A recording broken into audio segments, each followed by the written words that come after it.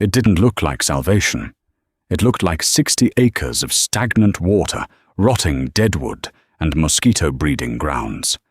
The locals called it the sinkhole. When the deed cleared at the county office, they didn't congratulate her. They just stared, wondering what kind of fool buys a swamp. The real estate agent hadn't even put his truck in park.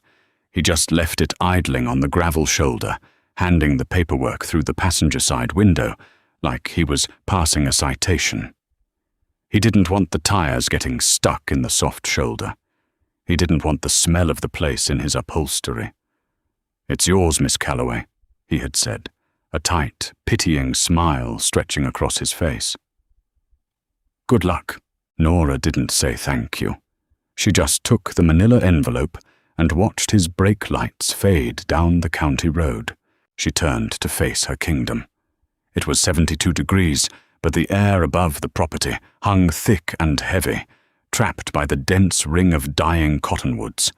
The smell hit her first. It was the sharp, metallic tang of anaerobic decay, layered with the sour funk of stagnant algae. To the untrained eye, it was a wasteland, a geological mistake, a depression in the local watershed where the runoff from the dying, drought-cracked farms up north came to stagnate and rot. Nora dropped her canvas duffel bag on the gravel. She stepped over the rusted wire fence. Her first step into the property sank her right boot 3 inches into black, gelatinous muck. The mud didn't just stick. It sucked. It pulled at her sole with a wet, heavy vacuum sound as she yanked her foot free. She took another step. The water table was so high here that the ground actually rippled, a floating mat of dead cattails and deceptive peat. 3 miles away, the town of Oak Haven was slowly suffocating. The topsoil was turning to dust, the corn was stunted, and the local diner was filled with aging men staring into black coffee, waiting for rain that never came. They prayed for water.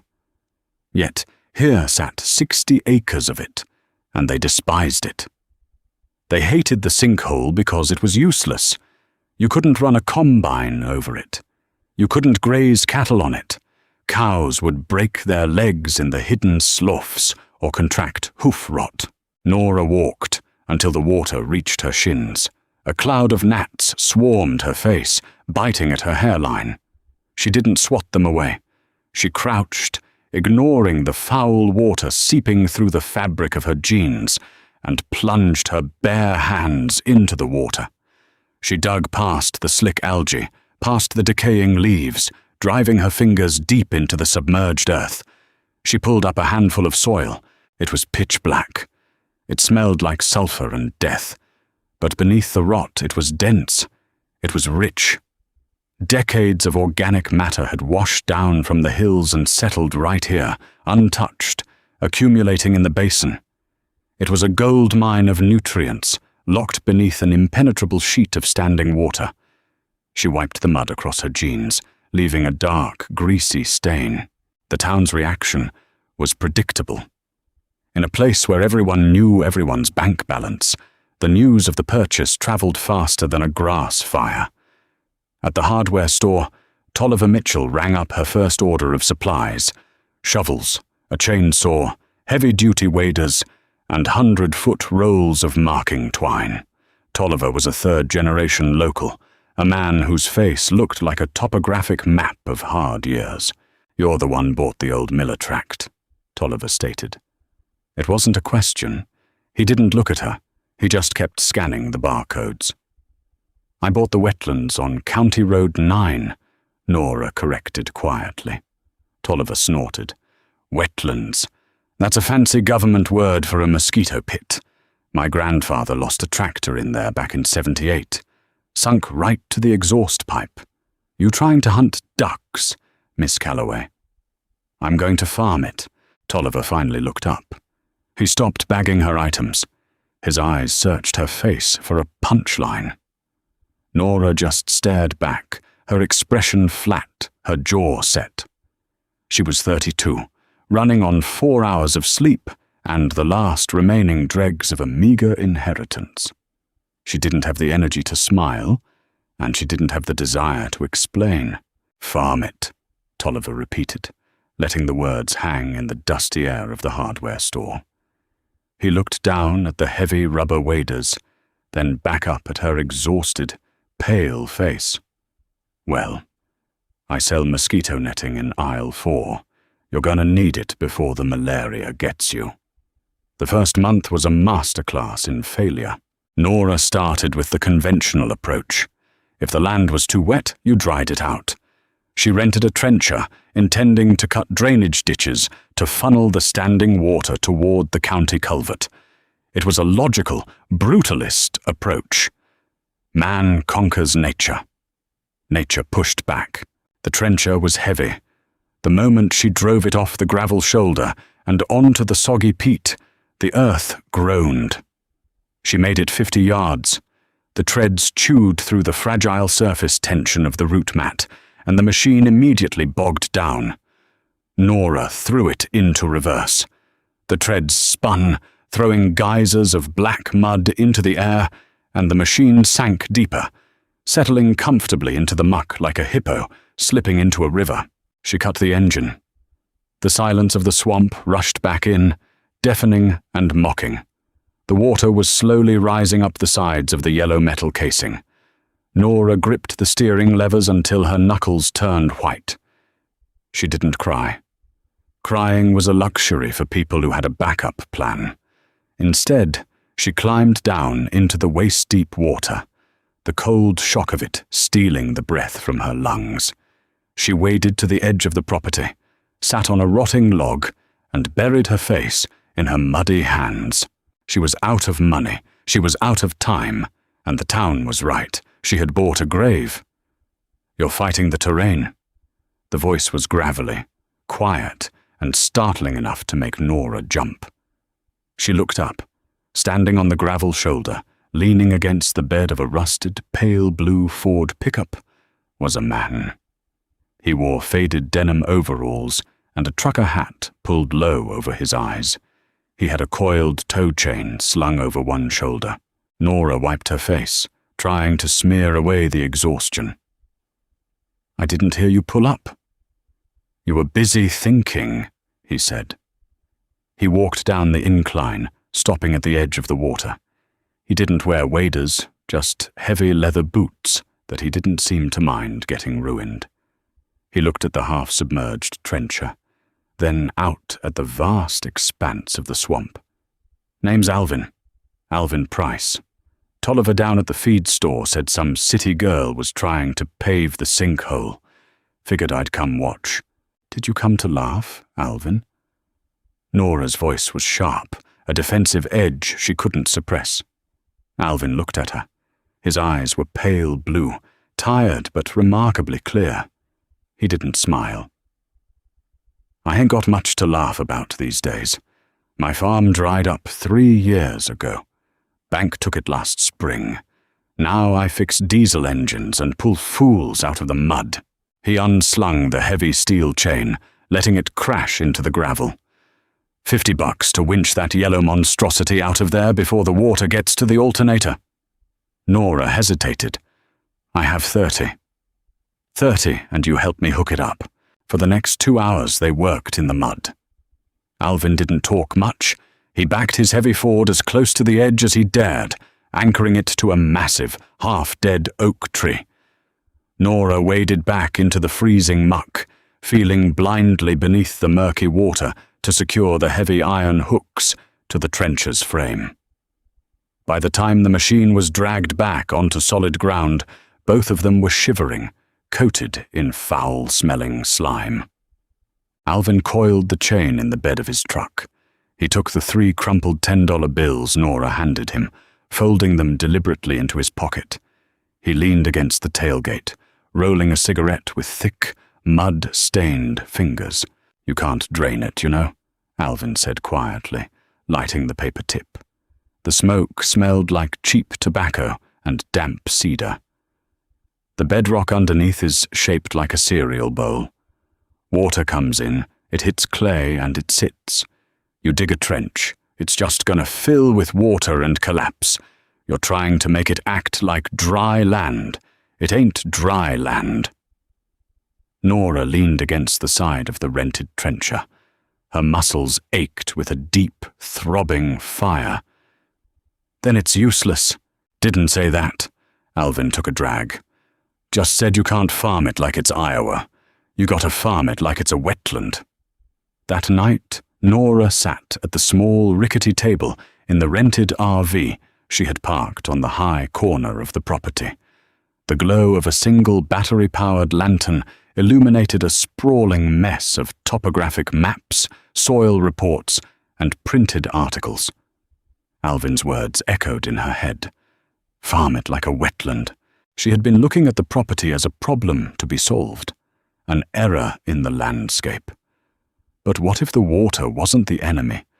What if the water was the infrastructure? The surrounding farms were failing because they were trying to grow thirsty crops, corn, soybeans, wheat, in a region where rain was becoming a myth. They fought the drought. Nora was fighting the flood. They were all doing the exact same thing, fighting the land's nature instead of yielding to it. The next morning, she returned the trencher. She used her remaining credit to rent a different machine, an amphibious excavator designed to float on pontoons. When the flatbed dropped the massive, strange-looking machine off on County Road 9, Tolliver Mitchell happened to be driving by. He pulled his truck over, rolling down his window to stare at the pontoon-equipped beast. "Giving up the tractor for a boat, Miss Calloway?" he called out, his voice tinged with that familiar, mocking amusement. Nora climbed up the tracks of the excavator, pulling herself into the cab. She looked down at Tolliver. "I'm not draining it, Tolliver. I'm shaping it." Over the next 6 weeks, the swamp became a construction site. Nora didn't fight the water. She gave it channels. Using the floating excavator, she began scooping up the rich, black, anaerobic muck from the bottom of the sloughs, piling it up into long, linear islands. It was a technique thousands of years old, modeled after the ancient chinampas of Mexico. She dug deep canals that allowed the stagnant water to actually flow, directing it through natural filtration paths of reeds and cattails to oxygenate it. The dirt she pulled from the canals was piled high, drying out in the sun to form massive, nutrient-dense raised beds surrounded entirely by water. It was brutal, mind-numbing work. The excavator controls blistered her hands. The mosquitoes showed no mercy, leaving her face and neck swollen and red. Some days the humidity was so oppressive she felt like she was breathing through a wet wool blanket.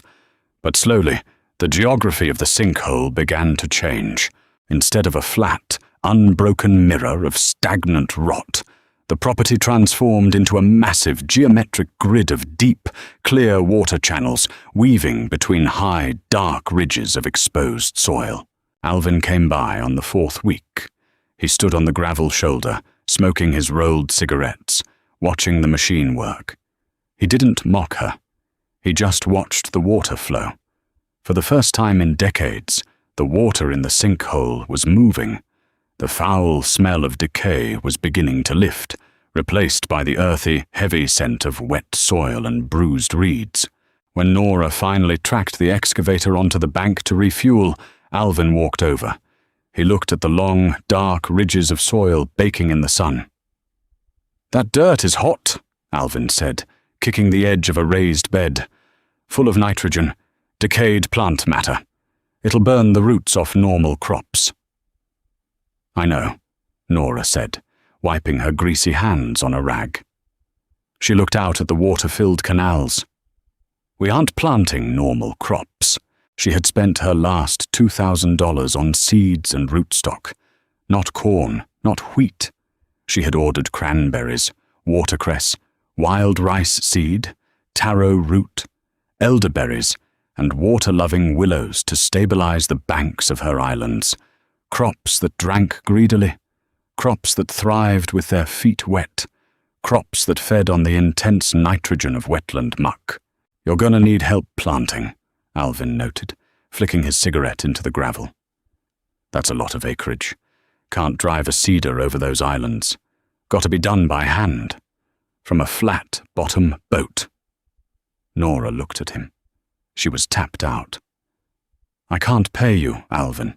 Alvin looked out over the transformed slough. The late afternoon sun was catching the rippling water in the new canals, turning the landscape into a fractured mosaic of gold and black. It was strange. It was entirely out of place in Oakhaven. But it was alive. Bank took my farm, Alvin said quietly, his voice tight with an old, familiar grief. I've spent the last 3 years staring at dead dust, Miss Calloway. I want to see something grow. He looked back at her. I'll help you plant. You pay me when you harvest. They started the next day. It was the end of April, while the rest of the county was staring at the cloudless sky, praying for a drop of rain to save their crumbling topsoil. Nora and Alvin waded waist-deep into the cool, dark water of the sinkhole. Pushing a flat-bottom aluminum skiff loaded with wild rice seed and cranberry cuttings, they worked in silence. The rhythm of the work became a language of its own. Push the boat, reach into the muck, plant the root, step forward. The mud was cold, but the sun was hot. Nora's shoulders ached with a hollow, persistent burn, but as she looked back at the long rows of green cuttings taking hold in the black soil, a strange, quiet, defiant feeling settled in her chest. Down at the diner, Tolliver Mitchell was taking bets. He gave her until August before the whole place rotted, before the mosquitoes ate her alive, or before she quietly packed her duffel bag and fled back to the city. The town laughed. They called it Calloway's Folly. But down in the mud, roots were reaching into the dark. July arrived with a brutality that Oakhaven hadn't seen in 3 generations. The sky turned a pale, bruised yellow, choked with the topsoil of a dozen bankrupt farms blowing east. It didn't rain. The thermometer nailed 104 degrees and stayed there, baking the earth until it cracked into deep, jagged fissures. In town, the silence was heavy. You couldn't hear tractors. You couldn't hear the grain elevator. The only sound was the desperate, rattling hum of window air conditioning units fighting a losing battle against the heat. Down at the hardware store, Tolliver Mitchell stood behind his counter, wiping dust off unsold chainsaw chains. The farmers had stopped coming in to buy seed or fertilizer. They were coming in to buy padlocks for their foreclosed gates. But 3 miles down County Road 9, the world was different. Nora stood waist-deep in the water of the sinkhole, wiping a streak of black mud from her forehead. Above her, the sun was a punishing white disk, but down in the channels, the air was entirely different. The vast network of water acted as a massive thermal battery. It absorbed the fierce heat during the day, creating a thick, humid microclimate that hung over the 60 acres like a protective canopy. The sinkhole wasn't brown. It was a violent, explosive green. The shinampas, the long, raised beds of black muck she and Alvin had hauled from the bottom of the sloughs, were absolutely overflowing with life.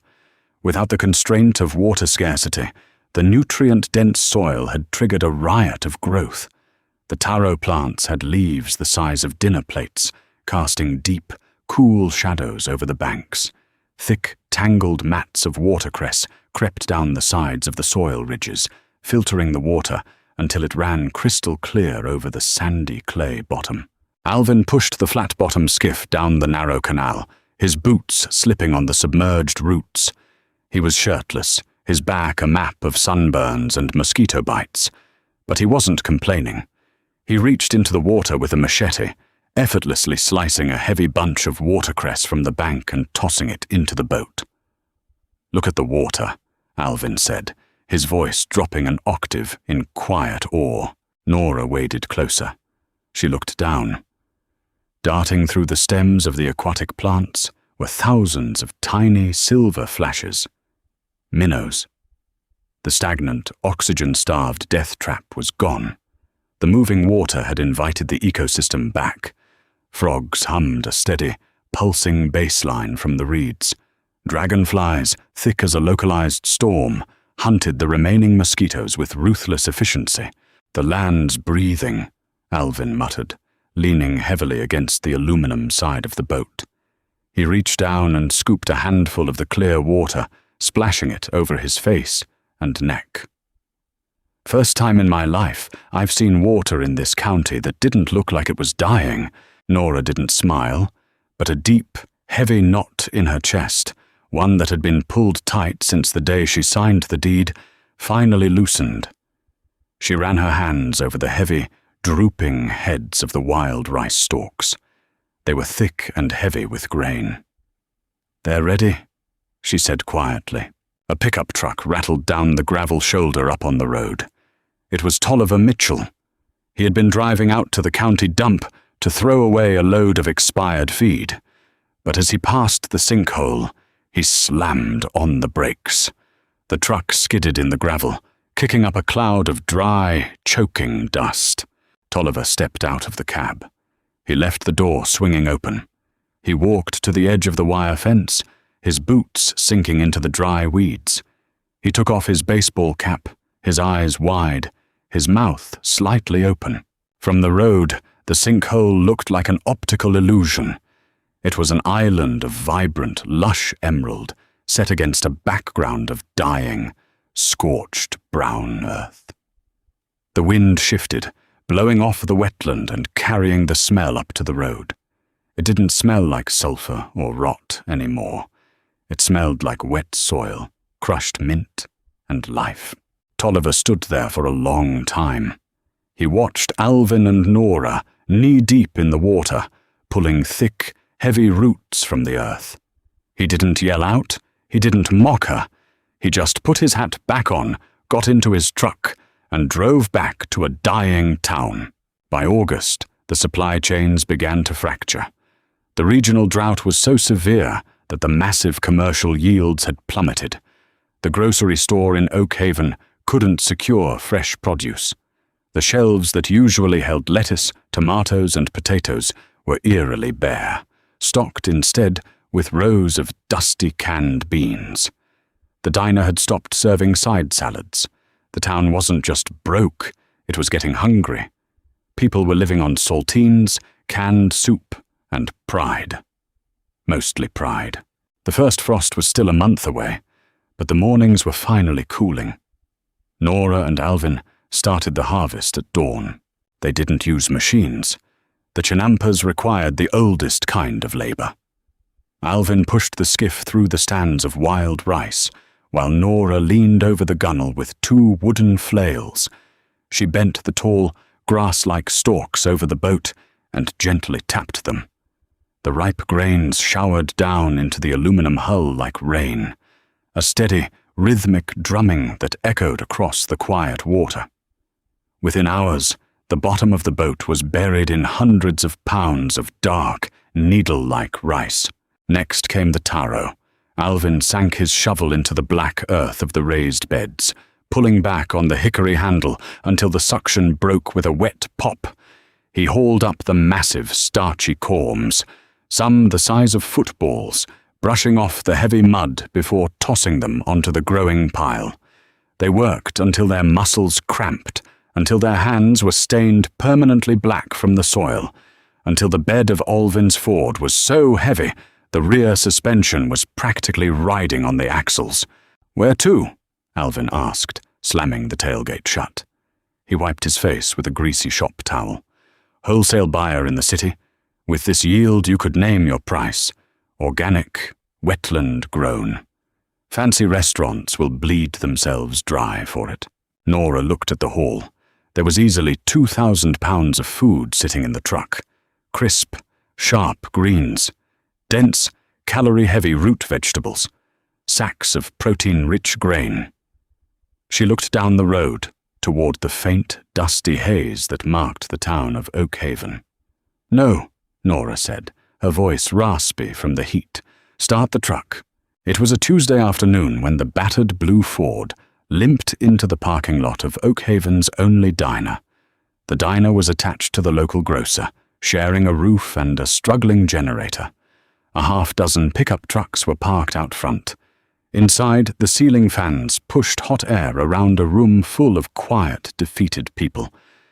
Tolliver Mitchell was sitting at a corner booth, staring at a plate of overcooked canned green beans and a dry piece of toast. The diner's screen door groaned open. Nora walked in. Her boots were caked in dried swamp mud. Her jeans were stained, her hands rough and battered. She didn't look like a savior. She looked like a laborer who had just crawled out of a trench. Alvin followed close behind her, carrying a massive, water-stained wooden crate. The low hum of conversation in the diner died instantly. Forks stopped scraping against plates. Every eye in the room turned to the woman who had bought the sinkhole. Nora didn't wait for an invitation. She nodded to Alvin. He dropped the crate directly onto the closest empty table. The wood cracked under the immense weight. Inside the crate was an explosion of color. Vibrant, dripping, wet bundles of watercress. Massive, earthy taro roots. A 50-pound burlap sack slumped over the side, spilling dark, raw, wild rice onto the formica tabletop. The smell of fresh, living earth hit the stagnant air of the diner like a physical blow. Nora looked across the room. She found Tolliver Mitchell's eyes. "You said I couldn't run a combine over it, Tolliver," Nora said, her voice steady, carrying clearly through the silent room. "You were right. But you don't need a combine to grow food." Tolliver slowly stood up from his booth. He walked over to the table. He reached out with a trembling hand, ignoring the mud, and picked up a bundle of watercress. The leaves were crisp, cold, and perfect. He snapped a stem. The sound was loud in the quiet diner. He put it in his mouth and chewed. The sharp, peppery bite of fresh greens, something he hadn't tasted in months, made his eyes water. He swallowed hard, looking at the dirt beneath Nora's fingernails. "How much, Miss Calloway?" His voice cracked. "How much for the crate?" "There's 2 tons of it sitting in the truck outside," Nora replied, leaning against the doorframe. She wasn't gloating. There was no victory lap, just the quiet exhaustion of a job finished. "I need the truck unloaded. If you can carry it, you can cook it." The diner erupted. Chairs scraped violently against the linoleum. Men who hadn't spoken above a whisper in weeks were suddenly shouting, rushing out the screen door, pulling crates and sacks from the bed of Alvin's truck. The cook came out of the kitchen, wiping his hands on a dirty apron, staring at the massive taro corms with a kind of desperate reverence. Alvin leaned against the diner's brick wall, rolling a cigarette. He offered one to Nora. She took it, letting him light it, the smoke stinging her tired eyes. "You could have made a killing today," Alvin noted quietly, watching the townspeople haul the food inside. "I made enough," Nora said.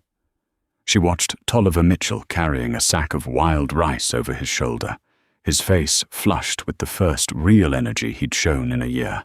The town of Oakhaven didn't die that summer. They learned how to boil taro until it was soft and sweet. They learned how to steam wild rice. They learned that the land they had cursed for generations wasn't a wasteland. It was a sanctuary they simply hadn't understood. And the next spring, when Nora ordered seed, she didn't have to plant it alone.